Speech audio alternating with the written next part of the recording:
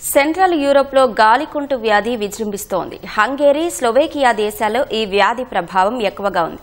పాడి పశువులకు ప్రాణాంతకమైన ఈ వ్యాధి వ్యాప్తిని అరికట్టడానికి అధికారులు విస్తృతంగా చర్యలు చేపట్టారు.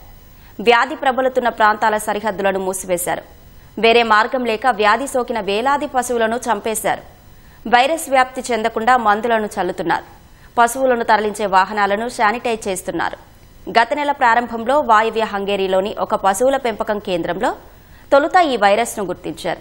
2 వారాల తర్వాత పొరుగున ఉన్న స్లోవేకియా దేశంలోనూ పలు కేసులు నమోదయ్యాయి. ఈ 2 దేశాల్లో 50 ఏళ్ల తర్వాత మళ్లీ ఈ వ్యాధి విజృంభించినట్టు అధికారులు తెలిపారు. పాడి పశువులు, గొర్రెలు, మేకలు, పందులు, జింకలు వంటి జంతువులను గాలికుంటు వ్యాధి తీవ్రంగా ప్రభావితం చేస్తుంది. తీవ్రమైన జ్వరంతో పాటు నోటి మధ్యలో కాలిగిట్టల మధ్య పుండ్లు ఏర్పడతాయి. సకాలంలో వైద్యం అందకపోతే పశువులకు ప్రాణాంతకంగా మారే ప్రమాదం ఉంది. వీలైనంత వేగంగా పరిస్థితిని చక్కదిద్దాలని అధికారులు భావిస్తున్నారు.